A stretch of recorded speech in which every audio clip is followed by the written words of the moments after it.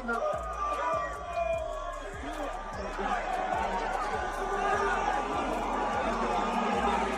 power, movement, point selection, and IQ.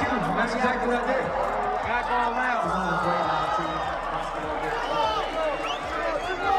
Take one of them interviews. I work extremely hard. I get doubted all the time. But you know, this is how I show what type of man I am and how hard, how far I'm going to work to make my point. Just trying to get the biggest and best fights. Archer better be here. The ball, unified world championship, what's weight class. Wherever the danger's at, that's where I gotta go. We just saw Benavidez stop Zurdo. What'd you think about the fight, Mike? Great fight. Lived up to the nickname, didn't he? He did well. He did well. Right here. What would you like to see next for Benavidez, Mike? All right. Oh, big chap. We just saw Benavidez stop Zurdo. What'd you think about the matchup? Beautiful. It was, look, I mean, that's the way I called it, is the buzzsaw of Benavidez, punches and bunches. And the only shot that Zurdo had was kind of, throw a punch right in the center. So obviously the speed was too much. Benavidez was too much. The monster's here for a long time. So very proud of him. But the whole night from top to bottom was excellent. Probably one of the best cards we've ever put. Absolutely. What do you think is next for Benavidez? What would you like to see? I thought we couldn't hear back here, but maybe he was talking about b-ball. Is that something that looks like is coming up next? He's got many options. He's got many options. So I think right now he is the man at that weight class. So whoever's going to fight him has to wait in line, because there's several fighters like b-ball, like all the top guys. So including just all the world champions. But Benavidez right now is the man. Got a little bit more on Benavidez. You were in camp with him a few times and everything, and see what he's done. So just talk about the speed and everything that he went through. The skill set he showcases, man. He'll put the punches together, man. But it's the right punches, bro. The skill set is unmatched. I feel like Benavidez can do whatever he wants right now and beat up on whoever he wants. What I said was that Benavidez is a monster. He's just like, you never seen somebody that's so tall, so big, be that fast. It's like he's super fast, you know what I mean? And he has power too. So at the end of the day, I tip my hand off to Benavidez. He's a Mexican monster. Now, what's next for him, man? Should he stay here? I mean, Zurdo's never even been knocked down. He knocked twice and out. That's what I'm saying. You know what I'm saying? So, I mean, he's just got it all. He's right now. He's one of my favorite fighters, and I wish him the best. Canelo left before the main event, man. Was that a good idea? Hold on, where's my weapon? I think it was a 10 out of 10, spectacular. Who would have thought that someone who thought that someone like that could do to a cruiserweight, What would be next for David? I mean, you got, Bro, what did he say? What did he say post-fight? Man, I would love to see like a better BF or a Bivol. Just like I'd love to see like him just smashing everything in light heavyweights. So what you want us to remember about you? This is Marcus Hayes with Fight Hub TV. Fuck, I just want to be that type of fighter that always took the biggest and craziest chances. Looking for the post-fight. You know what I mean? It's all good. You know what I mean? I'm just very happy with this, bro. I'm happy to continue to challenge myself. The harder the challenge, the harder I push myself. So at the end of the day, this is what I'm here for. I'm not here to take no easy rides and fuck. If you don't put yourself in those challenges and those moments of stress, you never know how good you can be or how great you can become. So wherever the hardest fight is at, that's where I want to be at. And I made that decision a long time ago. These moments are scary, but at the end of the day, it's what I'm made for. Did you hear Mike Tyson's commentary during the matchup? What he said? Nah, I didn't. I didn't. Mike Tyson said that he wanted Zurdo to stop hitting on you, that he wanted you to stop letting him hit on you. But I talked to him after the fight, and he said, that you're a legend. Yeah, I mean, at the end of the day, I was there because I didn't really feel nothing, bro. At the end of the day, I didn't feel no power. I felt I took every punch pretty well, so I mean, thank you, brother. Thank you so much. So I'm just happy with this victory, bro. Thank you so much.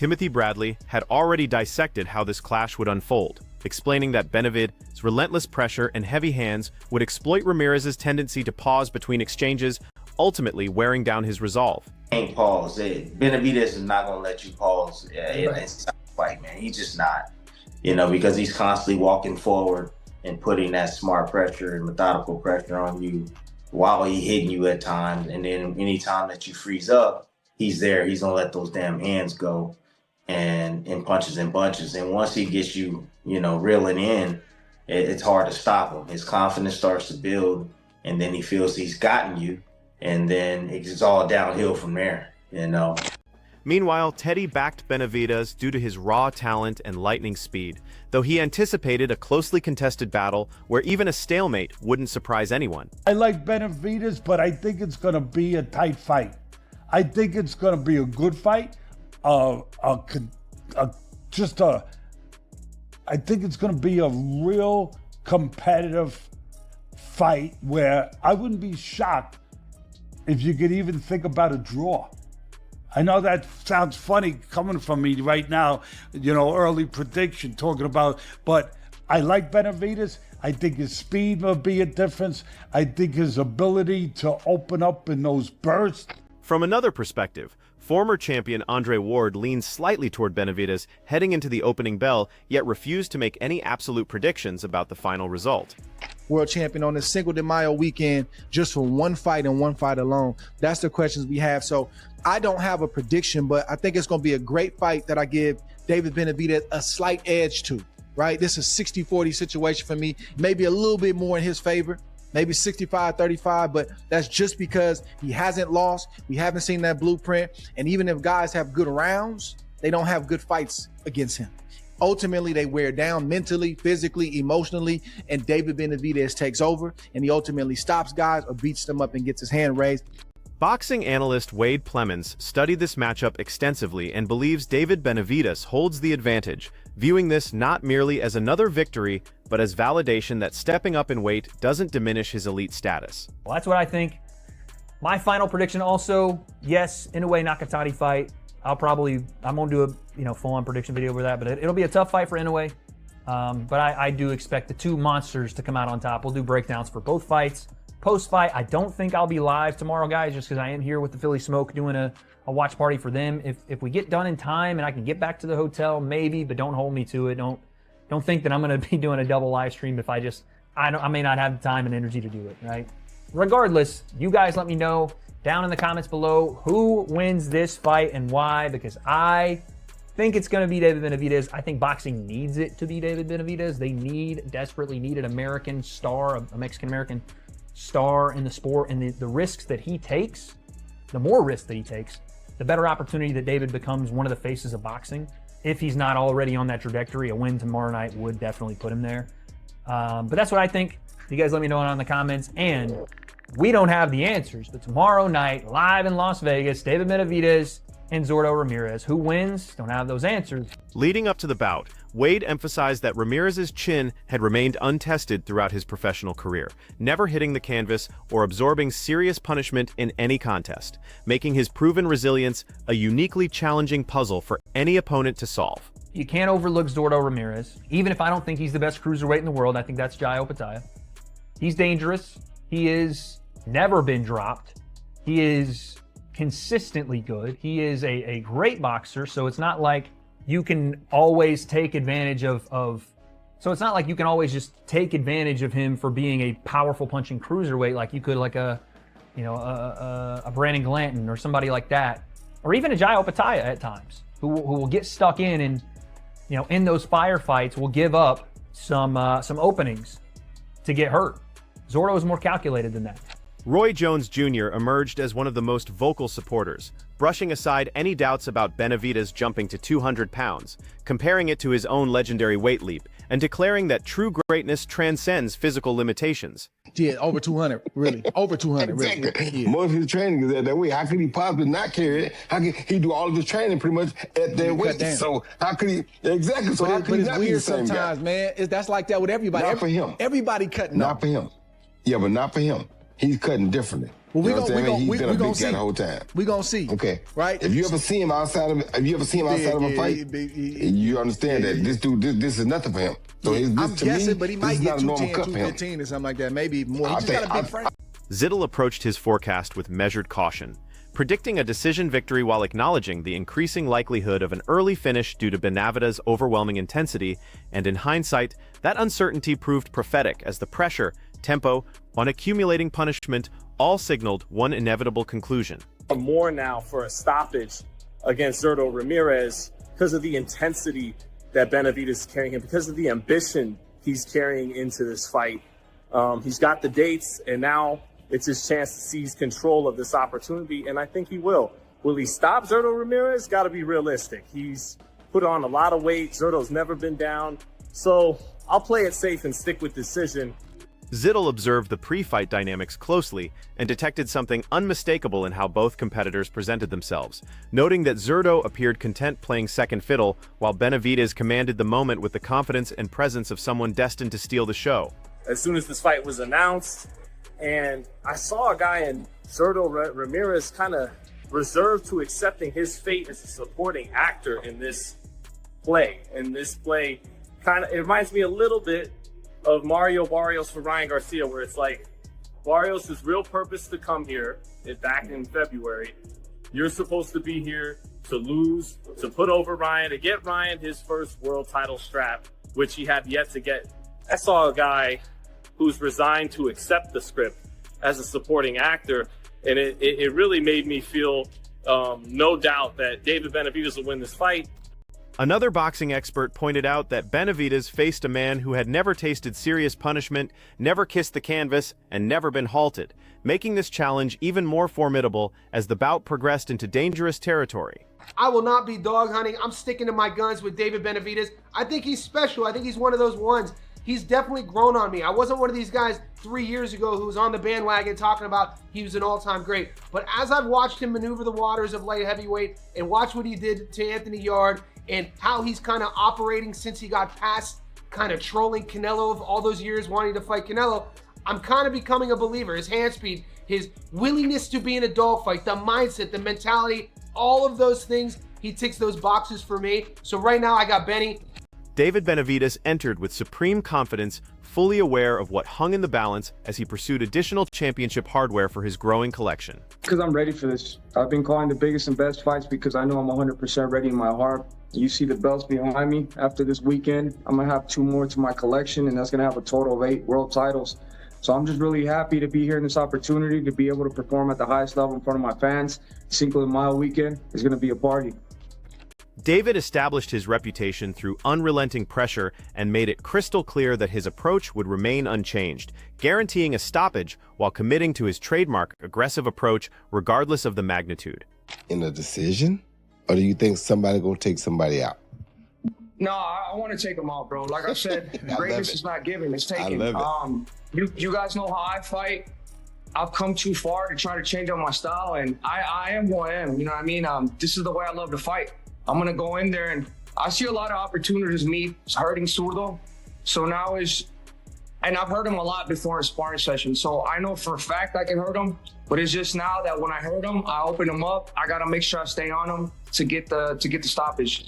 Conversely, Malik Scott, working in Ramirez's corner, recognized precisely what his charge needed to execute, stressing thorough preparation, proven toughness, and crucial tactical modifications, knowing that without securing a late knockout, the verdict might fall to scorecards, where tight rounds often favor perception over clear superiority. Wow, that was very good of you, Mike, right there. And I would call that very fair.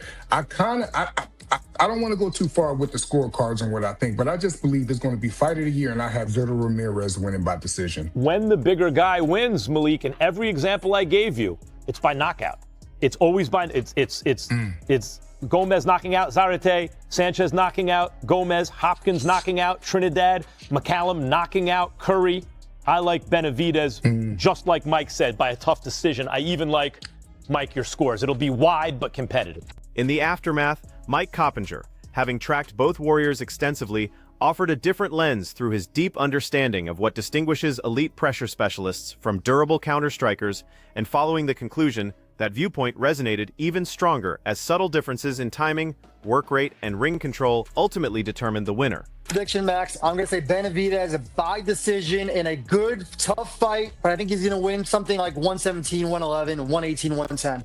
Simultaneously, Max Kellerman examined the historical context of Mexico versus Puerto Rico battles and the tradition of underestimated fighters ascending in marquee events, now insisting that technical fundamentals and adaptability triumph over size and strength when stakes reach their peak. So heading into the Zarate fight, he's 21-0-1, Gomez is, with 21 knockouts. Now, Zarate Gomez was the first real Mexico versus Puerto Rico super fight.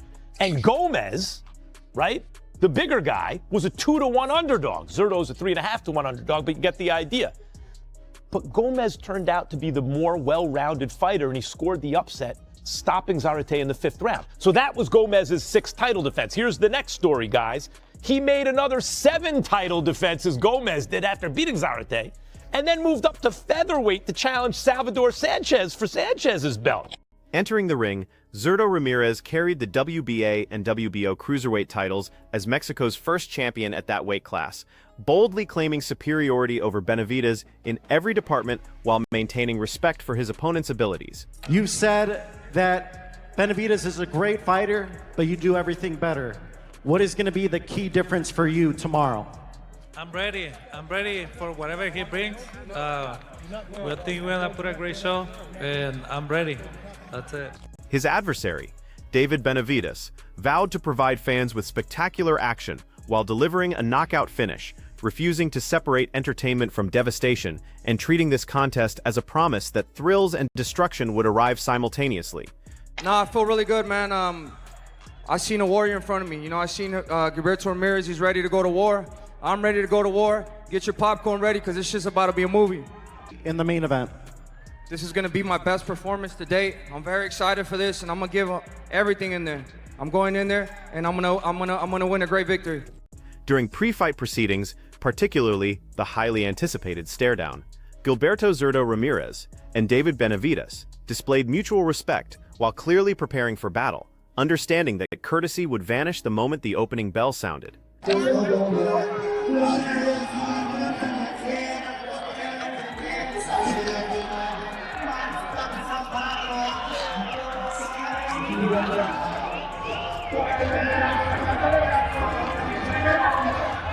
Total respect between these two fighters, but they are ready to go to war. David Benavidez approached this contest with strategic precision, confident in his ability to inflict damage while recognizing that landing significant shots was merely the foundation, with the true objective being sustained pressure through smart positioning and capitalizing on counterattack opportunities to secure the finish.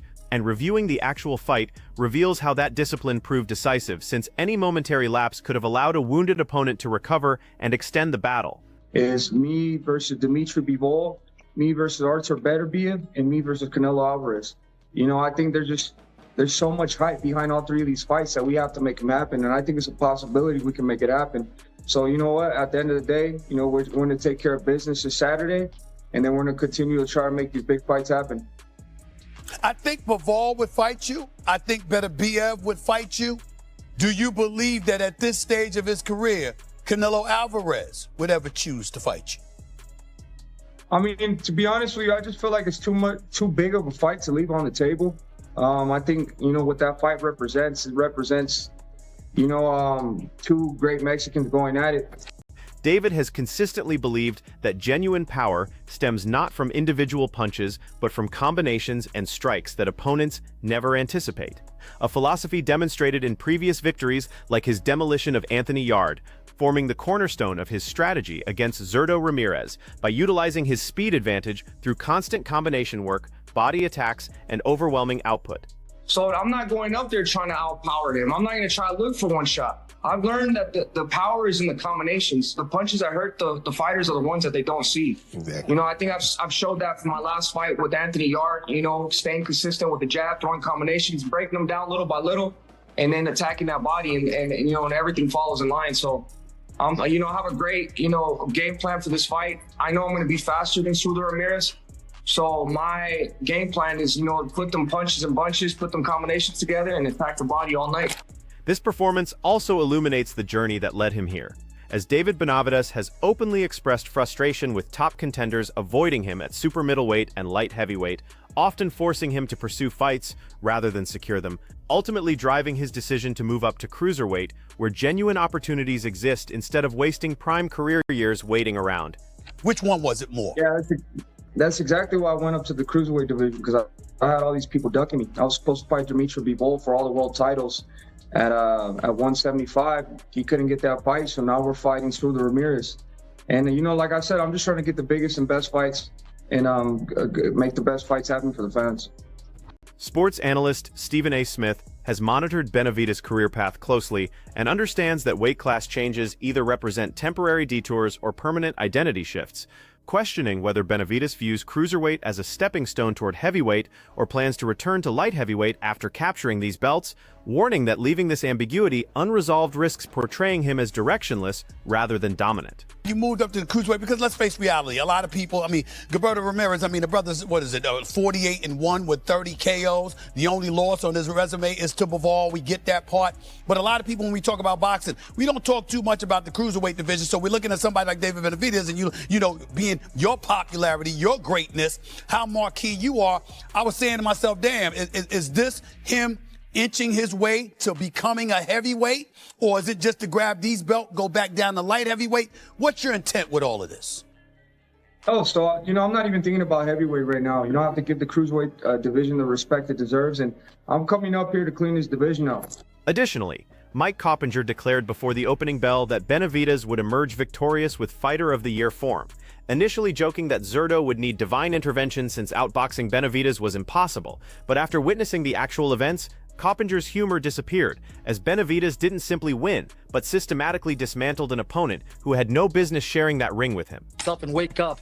But no, jokes aside, I think if Zurdo's going to pull off this upset, which I think will be the upset of the year, I think he's going to have to apply the nonstop pressure, really lean on Benavidez, use his superior strength, his superior size, and make it an ugly, rough and tumble fight. He's certainly not going to outbox Benavidez. He's a lot slower than Benavidez. I think that's the only path to victory that I can see. What an incredible battle we witnessed tonight, as David Benavidez and Zurdo Ramirez delivered absolute warfare inside that squared circle, exceeding every expectation from the opening exchange through the final moments, with both warriors displaying heart, skill, and championship-level determination. Whether through Benavidez' relentless assault or Zurdo's technical poise, proving this matchup surpassed all promotional promises and represented something beyond winning or losing, serving as a statement about legacy, pride, and establishing division supremacy that will generate discussion for years to come. So we want your perspective on who truly prevailed, whether the judges reached the correct decision, what moment shifted momentum, if a rematch makes sense, or the victor should pursue bigger names next. So share your thoughts below and engage in the conversation. And if you appreciated this analysis and want continued fight coverage, reactions, and boxing content, smash that like button and subscribe while activating notifications to catch every upload, especially following major events like this one.